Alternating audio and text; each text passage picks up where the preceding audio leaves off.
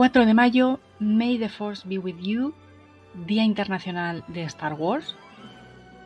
Y qué forma de homenajear este universo con la película que lo comenzó todo, con Star Wars Episodio 4, Una Nueva Esperanza, de 1977. La gente muchas veces se queda sorprendida porque esta, al ser la primera película, claro, dice Episodio 4. Y es que esta película en un primer momento simplemente se llamaba Star Wars, sin más.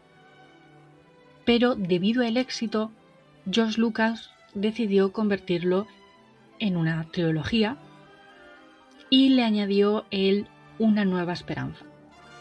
Después de eso, decidió que iba a hacer una precuela y que esta iba a ser la cuarta. Es decir, empezó a planear 3 películas anteriores a esta. Y ahora mismo Star Wars es todo un universo que contiene tanto películas como series, dibujos animados, especiales navideños, cómics, libros, por supuesto videojuegos también, tiene muchísimo universo expandido, lo cual es curioso porque el director y guionista George Lucas no conseguía que nadie le comprase esta película, tuvo que ir a muchísimos estudios a hacer muchísimos cambios para que alguien le dejase hacer esta película.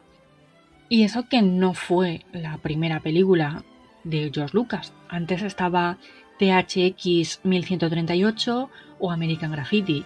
Y bueno, después de esta, además de las posteriores, está la saga de Indiana Jones. Como compositor de esta película y de la banda sonora, nuestro querido, nuestro amado John Williams. Ya hablé de él cuando hablé de la película Solo en Casa, que por cierto tenéis disponible en el canal. Y bueno, como ya dije en su momento, grandes películas, de nuevo la saga de Indiana Jones, pero también otras como Superman, E.T., Tiburón, Parque Jurásico, La Lista de Schindler, Harry Potter.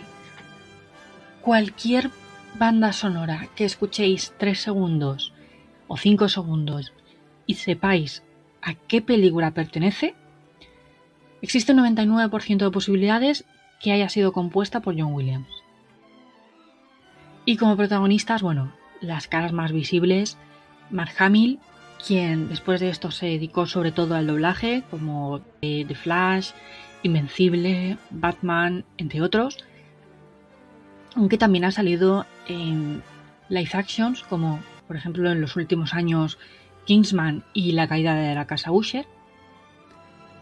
Tenemos a Carrie Fisher, que salió en películas como Shampoo, Hannah y sus hermanas, Cuando Harry conoció a Sally, El escándalo en el plató, y ha salido en distintos episodios de Padre de Familia.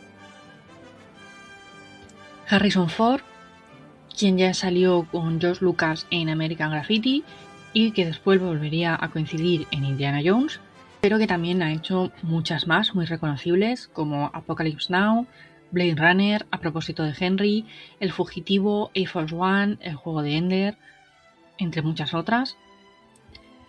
A Peter Cushing, quien sobre todo ha salido en películas shakespearianas y películas de monstruos como La maldición de Frankenstein, Drácula, La momia, Cuentos de ultratumba, y que a este personaje en Star Wars le va a poner un poco de ambos, ¿no? Tanto de ese tono shakespeariano como también de ese terror que su personaje le da a las personas que tiene alrededor. Tenemos a Alec Guinness, actor británico que ha salido en muchísimas, pero para resumir, Oro en barras, Grandes esperanzas, Oliver Twist, Lawrence de Arabia, Doctor Zhivago. Probablemente era el rostro más reconocido junto con Peter Cushing en esta película. Anthony Daniels, que sobre todo actuó en teatro, pero que también le puso la voz a Legolas en la versión de 1978 del Señor de los Anillos. Kenny Baker, uno de los primeros actores con rostro reconocido que sufría enanismo. y aunque ha quedado bastante en el olvido, pero que de alguna forma es muy importante para futuros personajes, futuros actores precisamente con enanismo. Hasta este momento las personas con enanismo pues cobraban nada, eran tratadas de forma muy denigrante, eran muy difíciles para ellos conseguir trabajo, no solo en este medio sino en cualquiera. Y Kenny Baker junto con Warwick Davis fueron dos figuras. Yo creo que sin ellos no hubiésemos tenido a Peter Dinklage. Kenny Baker salió en El Circo de los Horrores, en Flash Gordon, en Dentro del Laberinto, en Willow. Tenemos a Peter Mayhew, quien era auxiliar de enfermería, o sea, no tenía nada que ver con el mundo del cine, no volvió a tener nada que ver con el mundo del cine. Llegó a este papel de pura coincidencia. George Lucas se lo encontró en un hospital, vio el tamaño que tenía este buen hombre y dijo: lo necesito para interpretar a Chewbacca. El hombre durante las 3 primeras películas siguió trabajando como auxiliar y más tarde se lo dejó porque se dio cuenta de que ganaba mucho dinero en convenciones. David Prowse, quien tampoco es muy conocido y que en esta película, bueno, pues no le gustó mucho cómo fue tratado. Él era el cuerpo de Darth Vader. En un origen le ponía también la voz, pero a Lucas no le gustó mucho cómo sonaba su voz, tenía un acento muy fuerte, no le gustó, y sin permiso de David Prowse, sus líneas fueron regrabadas por James Earl Jones, que en ese momento tampoco era muy conocido, aunque ahora es muy conocido, o era, porque ya falleció el hombre. Aquí en España lo conocíamos como Constantino Romero. Para nosotros, en nuestra cabeza, eran uno. Salía en El Rey León, en Conan el Bárbaro, en El Príncipe de Zamunda, La caza del Octubre Rojo, Juego de Patriotas, Peligro Inminente, entre otros. Y bueno, ya iniciando lo que es la película, comienza con esos títulos iniciales tan icónicos, ese Érase una vez en un lugar muy lejano. Ese primer concepto de estamos en una historia que sucedió en una galaxia muy lejana, al otro lado del espacio, al otro lado del universo, y hace mucho tiempo, como si fuera una epopeya. Y luego esos títulos amarillos con la banda sonora de John Williams, que nos van contando que nos encontramos en un momento de guerra civil contra el Imperio Galáctico.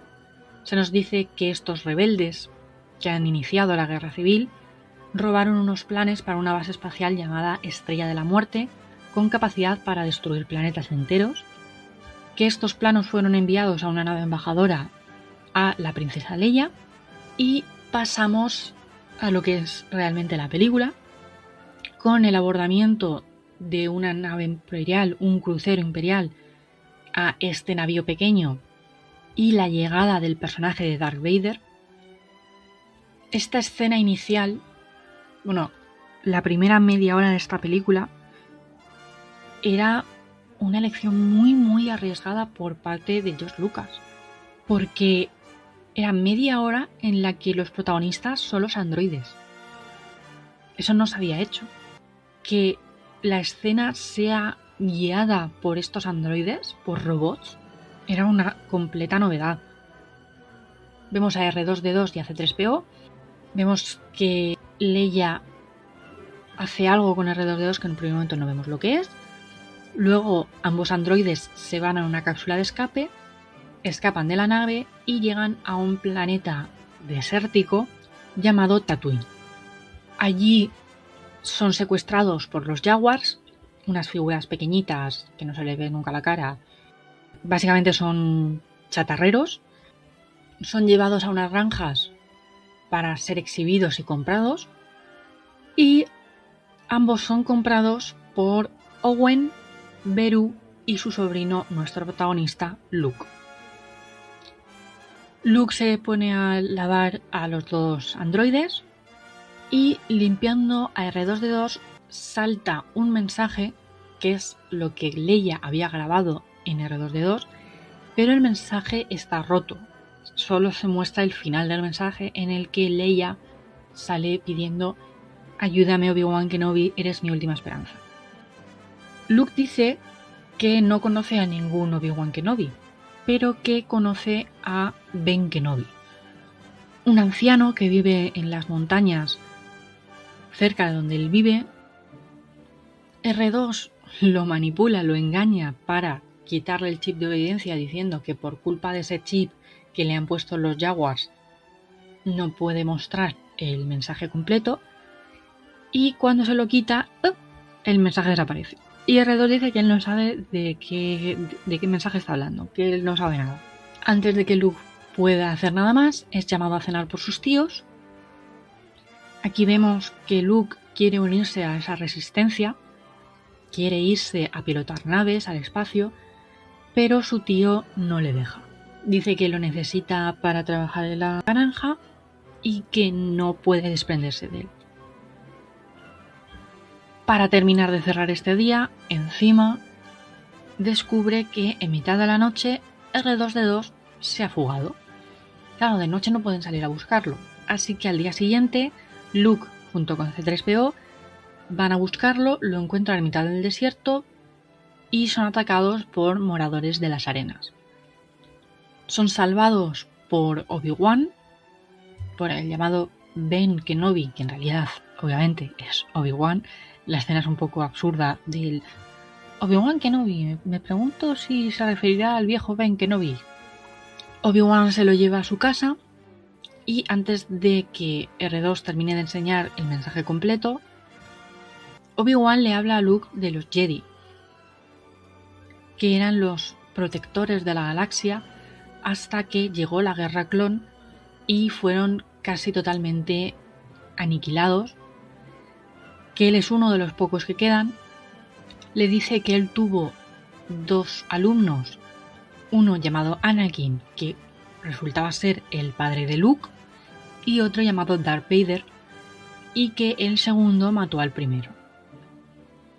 Obi-Wan le da el sable de luz que pertenecía a Anakin a Luke, y entonces sí se reproduce el mensaje completo de Leia, en el que dice que dentro de R2 están unos planos para la nueva estación espacial que necesita ser destruida y que tienen que ser llevados a Alderaan. Le pide su ayuda porque sabe que luchó junto con su padre en las guerras clon, y termina con el mensaje que ya conocemos: ayúdame, Obi-Wan Kenobi, eres mi última esperanza. Obi-Wan le dice a Luke que si se va con él.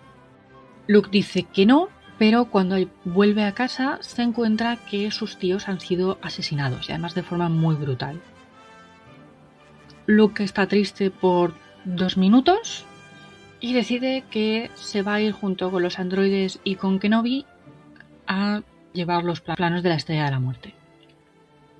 Se van a un pueblecito un tanto peculiar, donde no hay nada bueno ocurriendo en ese pueblecito, Mos Eisley.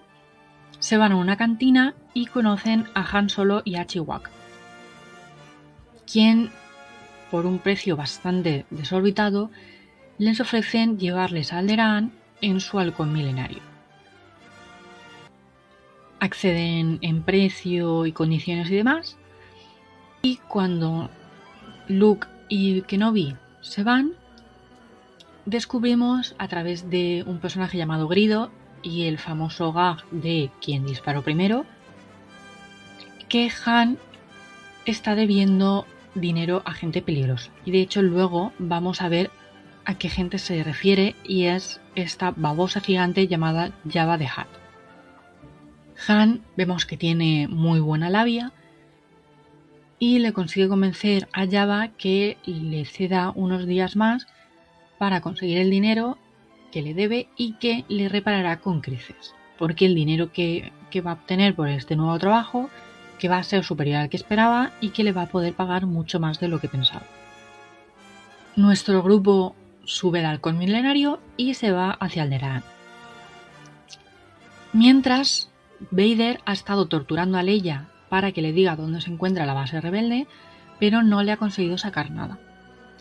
Así que el gobernador Tarkin lleva la Estrella de la Muerte hacia Alderaan y le dice a Leia que o le dice dónde está la base rebelde o va a destruir el planeta Alderaan para así también demostrar el poder destructor de esa nueva base espacial. Leia le dice una locación, pero a Tarkin le da igual e igualmente destruye el planeta. Tras lo cual vuelven a encerrar a Leia a la espera de ver si les ha dado la locación correcta o no. Durante el viaje en el Halcón Milenario, Obi-Wan le empieza a enseñar la fuerza a Luke, le empieza a adiestrar en el combate con el sable láser, pero también le explica que la fuerza es como una especie de religión y que esa fuerza nos rodea a todos, conecta la vida entre sí y que algunas personas con capacidades especialmente sensibles a esta fuerza, que son los Jedi, pueden manipular y controlar esta fuerza. Este concepto luego se va a ir desarrollando a lo largo de la franquicia, con lo cual tampoco hace falta que nos metamos mucho ahora. El caso es que llegan a donde se suponía que estaba Alderaan, pero solo se encuentran con meteoritos flotando en el aire. También se encuentran con la Estrella de la Muerte, pero cuando intentan dar la media vuelta y escapar de ese pedazo de nave espacial que tiene el tamaño de una luna,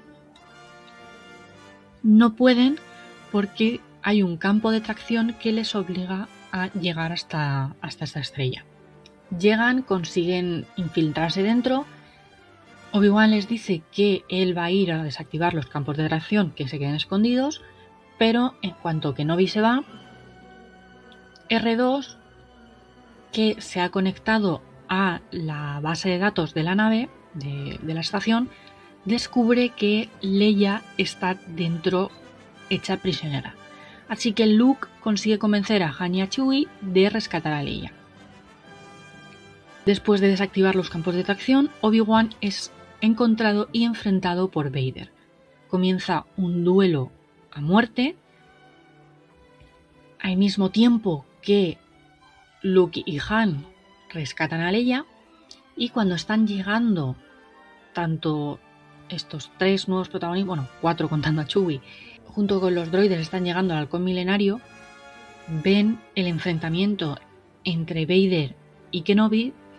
Obi-Wan los ve que están todos juntos, junto con Leia y demás, y que están a punto de escapar, así que decide dejarse matar por Vader para que el resto pueda escapar. Es curioso porque Luke va a llorarle más al viejo Kenobi, que conoce desde hace 3 días, que a sus tíos que conoce de toda la vida. Pero bueno, no pasa nada, cosas de la ficción. Llegan a la base rebelde, comienzan a estudiar los planos de la estrella y ejecutan un plan, porque resulta que quien hizo la Estrella de la Muerte no pensó que una nave pequeña podría ser un problema. Así que hay un hueco en específico por donde si una nave pequeña dispara puede llegar al centro de alimentación de toda la base espacial y destruirla. Luke se suma a la lucha, pero Han dice que no, que él ha venido por la recompensa, ya tiene su dinero y que se va. Esto le duele bastante a Luke, quien había empezado a encariñarse con Han y ha empezado a considerarlo su amigo, pero bueno, cada uno es como es. Comienza esta carrera por darle a ese punto muerto de la estrella, y cuando digo carrera me refiero a lucha en naves, a esta persecución contra los rebeldes, y de hecho Darth Vader está a punto de darle a la nave de Luke, pero Han aparece en el Halcón Milenario en el último momento y dispara a la nave de Vader, que aunque no consigue matarlo, pues sí que consigue que la nave salga volando hacia otro lado. Luke escucha la voz de Obi-Wan diciéndole que use la fuerza, así que Luke utiliza el conocimiento que ya le había dado previamente Obi-Wan deja sentir la fuerza a través de él y consigue darle al punto exacto y destruir la Estrella de la Muerte. Tenemos esa celebración final de nuestros protagonistas, los tres, Luke, Leia y Han, ya convertidos en mejores amigos de pronto, y Leia en una ceremonia les da unas medallas en reconocimiento a su valía. Sí que es verdad que esta película ha recibido bastantes críticas por todo el tema de las explosiones en el espacio, las batallas y demás, porque no obedecen mucho a las leyes de la física. En el espacio no puede haber fuego, por ejemplo, en el espacio no hay sonido, por ejemplo. Pero hay una cosa que la gente se olvida cuando hace estas críticas. Esto es ciencia ficción, no es real. Ese primer título azul que aparece, érase una vez en un lugar muy muy lejano, en una galaxia muy muy lejana, es para establecernos que esto es una epopeya. De hecho, mucha gente ha comparado esta película con un mito artúrico, esa figura del rey Arturo.